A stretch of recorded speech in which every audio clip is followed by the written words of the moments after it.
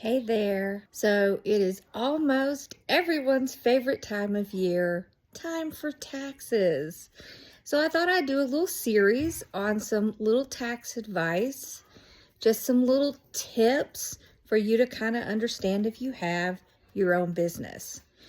So let's talk about what's an LLC and what's a sole proprietor, because I get this question a lot.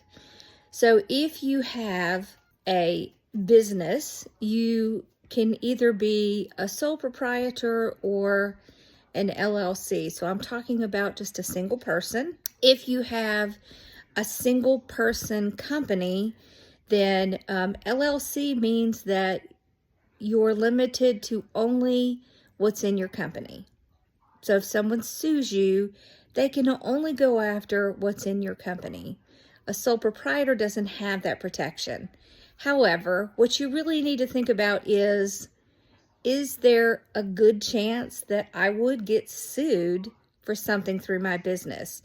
If you have a business where you're not really dealing with customers one-on-one, you don't have a location where someone could fall and hurt themselves, then you may not need an LLC. A sole proprietor may be fine. Then you just want to make sure that you have good general liability insurance to cover anything that could potentially happen. So it's something you really want to think about. LLCs generally cost money, and they have some real regulatory stipulations that go with them. So don't jump on the train that you need an LLC automatically out of the gate, because you really want to evaluate what it is that your business is and whether there is a potential that you could be sued.